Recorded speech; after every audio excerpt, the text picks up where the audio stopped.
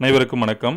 பிடிபிஆர்டி 2024 எக்ஸாமுக்கான result வெளியிடப்பட்டு அடுத்ததாக 1:1.25 ratio CV லிஸ்ட்டுக்காக நம்ம எல்லாம் வெயிட் பண்ணிட்டு இருக்கோம். மார்க் அனாலிசிஸ் எல்லாருமே பார்த்துருப்பீங்க.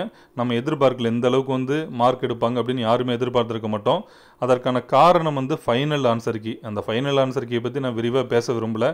ஏன்னா எனக்கு இந்த ஸ்டார் கொஷின் கொடுக்கவே கூடாது. எப்பயுமே இந்த ஸ்டார் கொஷின் இருக்கிற அளவுக்கு வினாக்கள் எடுக்கக்கூடாது, அதற்கான விடைகளும் இருக்கக்கூடாது அப்படிங்கிறது தான் பொதுவாக எல்லாருடைய கோரிக்கை. 2-3 வருடங்களாகவே தொடர்ந்து டிஆர்பிக்கு வைக்கக்கூடிய முதன்மையான கோரிக்கை இதுதான். ஸ்டார் கொஷினே இருக்கக்கூடாது. அதே போல் ஒரு டென்டேட்டிவ் ஆன்சர் கீ வெளியிடுறாங்கன்னா அதுவே ஃபைனல் ஆன்சர் கீயாக வர அளவுக்கு எந்த விதமான சேஞ்சஸும் இல்லாத அளவுக்கு, ஒரு சிறு பிழைகள் கூட இல்லாத அளவுக்கு தான் வினாக்கள் இருக்கணும்னு தொடர்ந்து கோரிக்கை வச்சுட்டே இருக்காங்க. ஆனால் இந்த முறை பார்க்கும்போது நிறைய ஸ்டார் கொஷின், ஸ்டார் தானே எல்லாருக்கும் காமனாக தானே ஒரு மார்க் கொடுத்தாங்க அப்படின்னு எல்லாருமே சொல்கிறாங்க.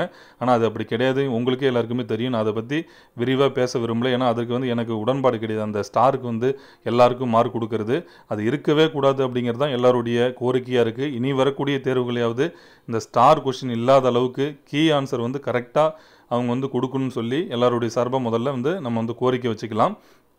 இப்போ அடுத்ததாக பார்த்தோம்னா நம்ம கட் ஆஃப் நிறைய பேர் கேட்குறாங்க. கமெண்டில் அவங்களுடைய மார்க்கு கேட்டகரி சொல்லி அவங்களுடைய பாடத்திற்கு கிடைக்குமான்னு கேட்குறாங்க.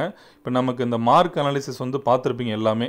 அதனை அடிப்படையாக வைத்து கட் ஆஃப் யாராலுமே சொல்ல முடியாது. ஓரளவு இவ்வளோ மார்க் எடுத்தால் கிடைக்கும்னு தான் சொல்ல முடியும் தவிர லாஸ்ட்டு கட் ஆஃப் இவ்வளவு தான் வரும்னு யாராலையும் சொல்ல முடியாது. காரணம் அதுக்கு ப்ராப்பர் ரிசர்வேஷன் இருக்குது. நமக்கு விட்டதில் என்ன கேட்டகரின்னு யாருக்குமே தெரியாது.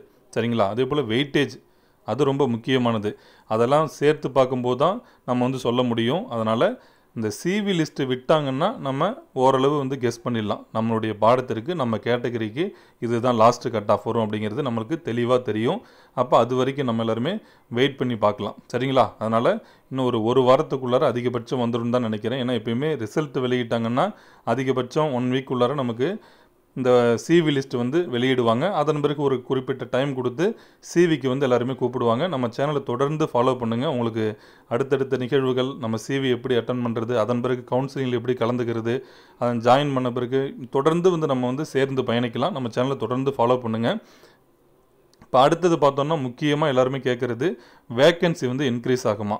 இது இந்த கேள்விக்கான பதில் நான் சொல்லணுன்னா அதிகப்படுத்துவதற்கான வாய்ப்புகள் அதிகமாக இருக்குது. அவ்வளோதான். நம்பிக்கையோடு இருப்போம். நம்ம தான் பாசிட்டிவாக திங்க் பண்ணுவோம். நடந்தால் ரொம்ப மகிழ்ச்சி. ஏன்னா 10 வருடங்களுக்கு பிறகு ஒரு போட்டித் தேர்விற்கான அறிவிப்பு வெளியிட்டு இப்போ அதற்கான ப்ராசஸ் போயிட்டுருக்கு. அப்படிங்கும்போது காலி இடங்களை அதிகப்படுத்தணும்னு தான் எல்லாருமே நம்ம கோரிக்கை வச்சுருக்கோம். பாசிட்டிவாக நம்ம எல்லாம் திங்க் பண்ணுவோம். இப்போ பிஆர்டிக்கான வேக்கண்ட் இன்னும் அது ப்ராப்பராக டிஸ்ட்ரிபியூஷன் கொடுக்கல. அதுக்கு ஜிஓ பாஸ் பண்ணி ஒவ்வொரு பாடத்துக்கும் எவ்வளோ இப்போ இருக்கக்கூடிய காலியிடங்களில் ஒவ்வொரு பாடத்திற்கும் எவ்வளோ அவங்க பிரித்து கொடுக்குறாங்க அப்படிங்கிறது ஜிஓ வரல. அது ஏற்கனவே நமக்கு அனௌன்ஸ் பண்ணியிருக்க வேக்கண்ட்லேயே பிரித்து காமிக்க போகிறாங்களா, இல்லை புதிதாக அது கூட ஆட் பண்ணுவாங்களா அப்படிங்கிறது நம்ம பொறுத்திருந்து தான் பார்க்கணும். நம்பிக்கையோடு இருப்போம். அதிகப்படுத்துவதற்கான வாய்ப்புகள்லாம் அதிகமாக தான் இருக்குது. காலியிடங்களும் நிறைய இருக்குது. இப்போ காலியிடங்கள்லாம் சேகரிச்சிட்டாங்க. இப்போ எம்இசி இணையதளத்தில் வெளியிட இருக்கிறாங்க. அதனால் நம்பிக்கையோடு இருப்போம். இந்த காலியிடங்களை அதிகப்படுத்துறது அப்படிங்கிறது தமிழ்நாடு அரசின் கொள்கை முடிவு சார்ந்திருக்கிறதால நம்பிக்கையோடு இருப்போம். எல்லாருமே கோரிக்கை வச்சுருக்காங்க. அதனால் நம்ம எல்லாம் வெயிட் பண்ணலாம். இந்த சிவி லிஸ்ட்டு எப்படி வெளியிடுவாங்க அது எல்லாருக்குமே தெரிஞ்சிருக்கும்னு நினைக்கிறேன். இருந்தாலும் நான் மீண்டும் ஒரு முறை சொல்லிடுறேன். சிவி லிஸ்ட்டை பொறுத்த வரைக்கும் நமக்கு இப்போ ரிசல்ட்டில் ரிட்டன் எக்ஸாம் மார்க் வந்திருக்கு நமக்கு. அது கூட வெயிட்டேஜ் மார்க் ஆட் பண்ணுவாங்க. 2012ன்னா 5.5, 2013னா 5 மார்க்கு, 2017னா 3 மார்க்கு, இப்போ கடைசியாக தேர்ச்சி பெற்றவங்களுக்கு 0.5 மதிப்பெண்கள்.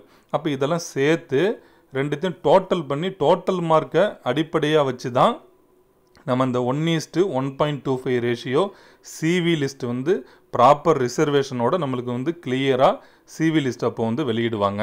அதனால் அது வரைக்கும் நம்ம வெயிட் பண்ணலாம். கட் ஆஃபை பொறுத்த வரைக்கும் நம்ம எப்படியுமே கெஸ் பண்ணவே முடியாது. எல்லாருமே நம்பிக்கையோடு இருங்க. வேக்கன்சி கண்டிப்பாக இன்க்ரீஸ் பண்ணுவதற்கான வாய்ப்புகள் அதிகமாக இருக்குது. அதே போல் இந்த 1:1.25 அப்படிங்கிறது என்ன அப்படின்னு கேட்டிங்கன்னா, முன்னாடிலாம் ஒரு பணியிடத்திற்கு 2 பேர் கூப்பிடுவாங்க. உதாரணத்துக்கு பார்த்தோம்னா இப்போ பிஜிடிஆர்பிலாம் 3000 வேக்கண்ட் தான் இருந்தது. ஆனால் இப்போ 1:2 ரேஷியோவில் கிட்டத்தட்ட 10,000 பேர் கூப்பிட்டு சிவி நடத்தினாங்க சென்னையில். நடத்தும்போது அதில் நிறைய பேருக்கு கிடைக்கல. இப்போ 1:2 அப்படிங்கும்போது கடைசி கட் ஆஃபில் நிப்பாட்டும் போது அதில் 50 பேர் இருந்தாலும் 50 பேரும் கூப்பிடுவாங்க. இப்போ பார்த்தோம்னா 1:1.25. இப்போ உதாரணத்துக்கு நான் ஒரேன்னு சொல்கிறேன்.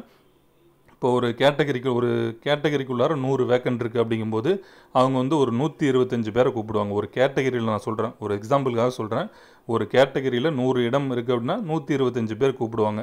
125 பேர் கூப்பிடும்போது அந்த 125ஆவதாக வருதில்ல, அந்த லாஸ்ட்டு மார்க்கில் வந்து கிட்டத்தட்ட அந்த மார்க்கில் ஒரு 20 பேர் இருந்தாங்கன்னா 20 பேரையும் கூப்பிட்டு தான் ஆகணும். சரிங்களா? 20 பேரையும் கூப்பிட்டு அங்கே சிவி நடத்தி அங்கே டேட்டா பொறுத்து பார்த்து அதன் பிறகு வந்து ஃபைனல் லிஸ்ட்டில் வந்து நம்மளுக்கு வெளியிடுவாங்க. அதனால் இந்த 1:1.25 ரேஷியோ அப்படிங்கிறது நமக்கு வந்து ஒரு 4 பணியிடம் அப்படின்னா எக்ஸ்ட்ரா ஒருத்தவங்க 5 பேர் அப்படிங்கிற மாதிரி கணக்கு பண்ணி தான் கூப்பிடுவாங்க. லாஸ்ட்டுக்கு மார்க்கில் வந்து எத்தனை பேர் இருந்தாலும் எல்லாருமே கூப்பிட்டு தான் ஆகணும். சரிங்களா? அதனால் இந்த சிவி லிஸ்ட்டு வந்தாலே நமக்கு ஆல்மோஸ்ட் தெரிஞ்சிடும். அதனால் அது வரைக்கும் வெயிட் பண்ணலாம். கண்டிப்பாக இன்னையிலேருந்து நம்ம இந்த வாரத்துக்குள்ளார வெள்ளிக்கிழமைக்குள்ளார வருவதற்கான வாய்ப்புகள் அதிகமாக இருக்குது. அப்படி இல்லைனாலும் கூட அடுத்த வாரத்துக்குள்ளார கண்டிப்பாக வேக்கன்சி வந்து இன்க்ரீஸ் பண்ணணும் அப்படின்னா பள்ளிக்கல்வித்துறை சார்பாக கொடுத்தாங்கன்னா கண்டிப்பாக டிஆர்பி அதற்கான அடண்டம் வந்து கொடுத்துருவாங்க. நம்பிக்கையோடு இருப்போம்.